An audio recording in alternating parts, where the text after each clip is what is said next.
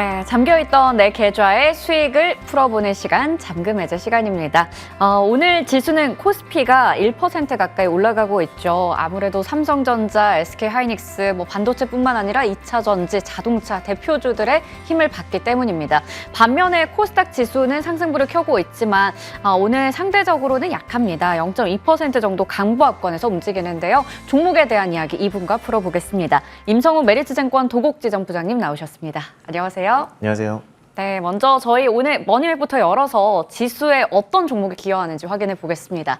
앞서 말씀드린 대로 삼성전자가 2% 넘게 올라가죠. SK하이닉스가 또 한 번 신고가 터치를 했습니다. 이에 맞춰서 삼성전자도 8만 전자를 향해서 또 시도를 하고 있는 상황이고요. 잠시 후에 전략 챙겨가도록 할게요. IT 쪽에서는 삼성전기, LG이노텍 그리고 이수페타시스 강하게 올라가고 있습니다.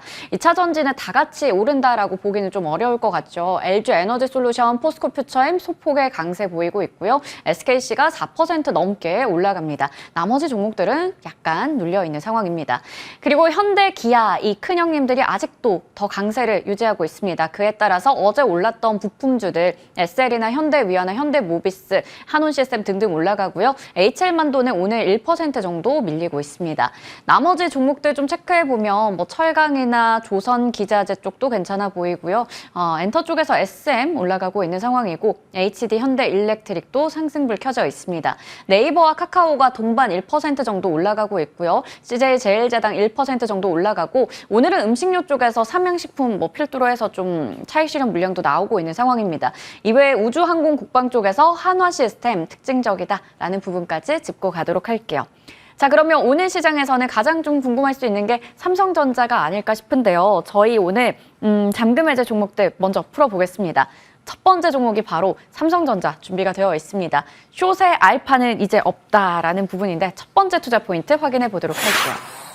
HBM, 이것 때문에 SK하이닉스 신고가 가고 있고 삼성전자도 더 갈 수 있다 기대감이 있는 거잖아요. 네, 지금 메모리 3사의 밸류에이션을 비교를 해보면은요, 이제 삼성전자가 PBR 밸류에이션이 1.4배입니다. 그리고 하이닉스가 2.4배, 마이크론이 3.7배거든요. 하이닉스하고 마이크론은 이미 역사적인 밸류 상단을 뚫고 이제 리레이팅이 되고 있고요. 삼성전자만 유일하게 여기 그림 보시는 것처럼 역사적 밴드의 중단 수준에서 머물러 있죠. 그 이유는 당연히 엔비디아에 들어갔냐, HBM을 들어갔냐 못 들어갔냐로 지금 이 밸류에이션이 갈리고 있는 걸 텐데요. 근데 사실 마이크론도 지금 얼마 전에 젠슨 황이 이제 얘기를 한 게 있었죠. 그 마이크론과 삼성전자의 제품을 인증 테스트 중이다. 그러니까 마이크론에서는 이제 엔비디아항으로 HBM3E를 이제 공급 양산 개시했다라고 발표를 했지만 젠슨항은 테스트 중이라고 언급을 한 걸 보면은 아직 마이크론도 엔비디아에 확실히 양산을 하고 있는 것인가 약간 그건 100% 확실하진 않은 것 같거든요. 근데도 불구하고 마이크론은 해외 IB들의 목표가가 어제도 많게는 30% 이상 상향 조정도 나오고요. 이렇게 이제 밸류에이션 리레이팅 받고 있는데 삼성전자도 엔비디아에 못 들어가고 있는 게 마찬가지인데 삼성전자만 밸류에이션이 너무 유난히 싸다. 이런 부분은 너무 과도한 지금 디스카운트로 보여지고요.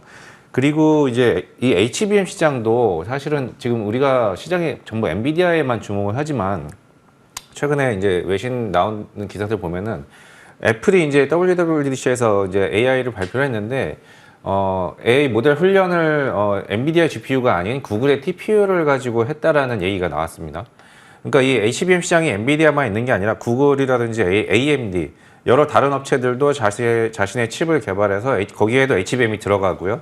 그래서 이렇게 시장이 같이 커지고 있는 상황인데 구글의 TPU의 HBM은 사실 닉스보다는 삼성전자가 많이 공급할 거거든요. 왜냐하면 하이닉스의 캐파는 엔비디아의 맞춤형 스펙으로 거의 채워져 있을 가능성이 높기 때문이죠. 근데 그렇죠. 그래서 정리하자면 이 HBM 시장에서 삼성전자가 엔비디아에만 못 들어갔지 여러 다른 넓은 시장에서 못 하고 있는 것이 아닌데 현재 밸류에이션이 너무 과도하게 디스카운트 돼 있다. 이 부분이 이제 첫 번째 포인트라고 할 수 있겠습니다. 네, 첫 번째 포인트, HBM이 없더라도 싸다. 밸류에이션 상으로 봤을 때 지금 메모리 3사 중에서 유일하게 좀 디스카운트 되어 있다, 좀 가격적으로 매력이 있다라는 부분 짚어봤습니다.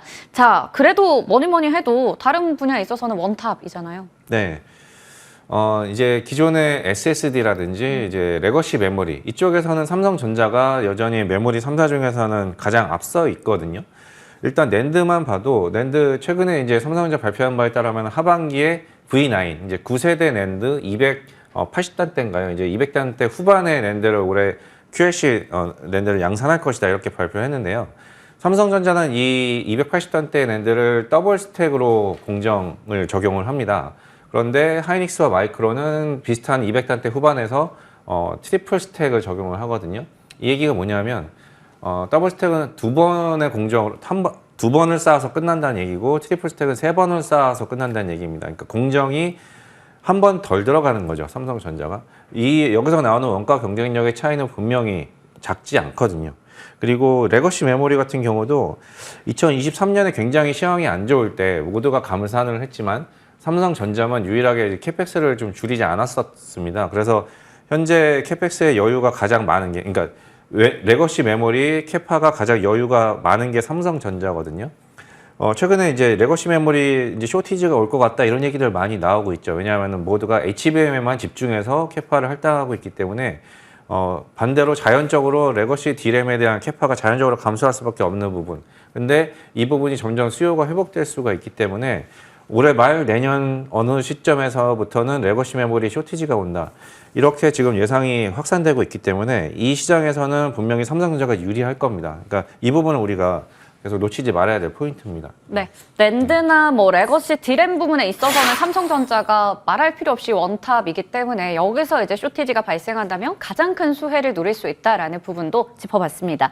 자, 그러면 다음 포지션, 다음 이제 저희 키워드입니다. 이게 지금 말이 헛나왔어요. 롱숏 포지션. 이 부분 체크해 볼 텐데 어떻게 좀 대응을 해야 되는 타이밍인지 고민되거든요. 예, 제가 사실은 이 메리츠증권 오기 전에 사실 헤지펀드에 있었습니다. 제가 헤지펀드 네. 운영을 했었는데 그래서 롱숏 운영을 좀 많이 했었는데요. 네. 아마 제가 좀 모르긴 몰라도 하이닉스 롱에 삼성전자 숏 포지션들이 많았을 거예요. 국내외로. 근데 연초 이후로만 봐도 하이닉스가 거의 60% 올라와 있고 삼성전자는 약간 10%가 안 되게 올라왔거든요. 그러니까 이 롱숏 플레이를 했다면 굉장히 큰 50% 이상의 굉장히 큰 수익이 지금 나고 있는 상황입니다. 그러니까 이런 정도 50% 이상의 포지션 수익률이면 거의 청산이 이제 확실히 나올 수 있는 타이밍이거든요. 물론 수익률을 갖고 청산하는 건 아니지만 펀더멘털 상으로도 앞에 말씀드린 것처럼 이제 레거시 메모리 쪽의 어떤 수요 회복의 움직임 그리고 HBM 쪽에서 전체적으로 확산되는 이 시장의 확산 그리고 만약에 삼성전자가 엔비디아 향으로 HBM의 승인이 날 경우에 이런 리스크들, 그러니까 숏 포지션의 리스크들이 점점 커지는 상황입니다. 그래서 이 롱숏 포지션들이 이제 청산될 타이밍이 굉장히 지금은 온 것 같습니다. 그래서 이 부분에서 우리가 또 하나 수급적인 측면에서 삼성전자에 대한 포인트를 가져갈 수 있을 것 같습니다. 네, 좋습니다. 자, 삼성은 사실 연초 이후에 이제 주가 상승률을 봤을 때도 SK 하이닉스 대비해서 너무나 이제 플랫한 모습을 보여줬거든요. 이제는 좀 더 갈 수 있을지 그게 궁금한데요. 그러면 오늘도 8만 전자를 위한 시도가 나왔는데 딱 항상 거기 앞에서 멈춰 있는 것 같아요. 어느 정도까지 목표 주가 보세요? 네, 삼성전자의 역사적 밴드, PBR 밴드 상단이 2배입니다. 2배면 10만 원이거든요. 네. 그러니까 다른 두 회사는 이미 그걸 넘어섰지만 일단은 역사적 밴드까지는 가자. 그래서 10만 원 목표가 말씀드리겠습니다. 네, 목표 주가는 10만 원, 손절가 6만 1,000원으로 설정해 주셨습니다. 다음 종목으로 넘어가 볼게요. 원익 QNC입니다. 저희 지난주 잠금 해제 목요일 시간에 또 언급이 됐던 종목이기도 해요. 가동률의 상승과 TSMC 첫 번째 투자 포인트 확인해 보겠습니다. 쿼츠, 또 쿼츠 관련한 쪽에서 뭐 단연 압도적이죠? 네. 이 쿼츠라는 게 뭐냐면은 뭐 많은 분들 아시겠지만 이제 그 웨이퍼 반도체 공정에서 여러 공정에서 웨이퍼의 불순물로부터 보호해주는 그 네. 부품입니다. 이게 소모품이거든요. 그래서 보통 3개월에서 6개월 사이에 교체가 됩니다. 그러니까 소모품의 성격인 거죠. 그래서 결국은 반도체 공정에서 가동률과 밀접한 연관이 있는 제품이라고 볼 수가 있는데요. 이제 쿼츠 작년에 굉장히 큰 업황이 안 좋았었고 특히 하반기에 점점 더 안 좋아졌었는데 이 그림 보시는 것처럼 쿼츠 우리나라 수출액이 23년 잘 숫자는 안 보이시겠지만 가장 23년 10월 정도의 저점을 기록하고요. 그 이후로 빠르게 지금 쿼츠 수출액이 올라오고 있죠. 심지어 맨 앞에 제일 높았던 부분 22년 호황기 때거든요. 그때 수준에 비슷한 수출액이 지금 회복된 모습을 보실 수가 있어요. 근데 지금 메모리 업계는 사실은 HBM 제외하고는 전체적으로 아직 본격적인 회복은 하기 전 단계거든요. 근데도 불구하고 이렇게 쿼츠 수출액이 호황기 수준까지 이미 올라왔다는 얘기는 하반기로 갈수록 전체 레거시 메모리, 이제 D램과 낸드의 동반 가동률 상승이 계속 이어질 것이기 때문에 점점 더 수출액은 증가할 개연성이 높다. 이렇게 보시면 될 것 같습니다. 네, 쿼츠 쪽에서 수출액이 또 가파르게 상승하고 있는 상황입니다. 하반기에는 추가적으로 수출 늘어날 거다 예상을 하고 있는 상황이고요. 자, 두 번째가 이제 고객사 TSMC 쪽 이야기예요. 네, 이제 원익 QNC의 해외 법인이 세 군데가 있습니다. 미국, 독일, 대만 이렇게 있는데요. 대만 법인의 자산이나 실적 사이즈가 월등히 크거든요. 그림 보시는 것처럼. 그 이유는 TSMC 때문입니다. 원익 QNC 대만 법인의 주 고객사는 TSMC고요. 그래서 TSMC 소부장이라고 할 수가 있어요. 국내 상장사들 중에. 사실 국내 상장사 중에 TSMC에 이렇게 정기적으로 꾸준하게 소재나 부품을 공급하거나 장비를 납품하거나 이런 회사들이 많지는 않거든요. 있긴 있는데. 그런 회사 중에서 특히 가동률과 밀접하게 연관이 있어서 꾸준하게 제품이 들어가는 이런 회사는 또 몇 개 없다고 볼 수가 있습니다. 그래서 원익 QNC가 그 대표적인 TSMC의 수혜주고요. 최근에 TSMC 좋은 뉴스들 계속 많이 나오죠. 실적도 좋고 그리고 미국과 독일 그리고 일본 이런 지역에 TSMC가 캐파 확장 계속 플랜이 있고요. 지금 현 캐파도 가격도 인상한다는 얘기도 계속 나오고 있고 그래서 TSMC가 계속 좋은 상황이기 때문에 우리나라에서 TSMC 소부장으로서 원익 QNC가 굉장히 좋은 대안이 될 수 있다 이렇게 말씀드릴 수 있습니다. 네, 거기다가 또 캐펙스 확대도 본격화하고 있는 상황입니다. 증설의 사이클 이 부분 좀 짚어볼까요?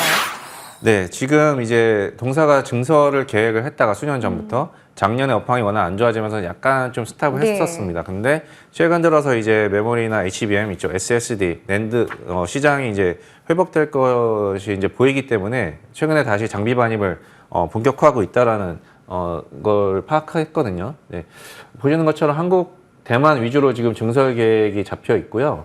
한국 같은 경우 현재 2,600억 캐파에서 2,900억으로 대만은 600억에서 900억으로 좀 큰 폭이죠. 50% 이상의 증설 스케줄이 예정돼 있고 대만이 좀 더 빠릅니다. 올해 안으로 이 증설이 완공이 될 걸로 예상이 돼서요. 이제 기존의 업황 회복 측면 더해서 이제 QA 증가, 증설의 QA 증가 부분이 같이 뒤따라오는 부분이기 때문에 좀 편하게 투자를 하실 수 있는 종목이라고 보실 수 있을 것 같습니다. 네, 편안하게 투자해 볼 수 있는 종목. 지난주 금요일에 41,000원으로 또 신고가 경신하고 나서 3만 원대 후반에 위치해 있습니다. 목표 주가는요? 네, 저는 53,000원 목표가를 제시해 드릴 건데요. 네, 밸류에이션이 이렇게 좋은 상황인데도 불구하고 이 회사가 그렇게 높지가 않아요. 그래서 53,000원 충분히 갈 수 있는 주가라고 생각합니다. 네, 53,000원의 목표 주가, 손절가는 29,000원으로 설정해 주셨습니다. 오늘 이렇게 해서 임성훈 메리츠증권 도곡지점 부장님과 잠금 해제 종목들 풀어봤습니다. 감사합니다. 감사합니다.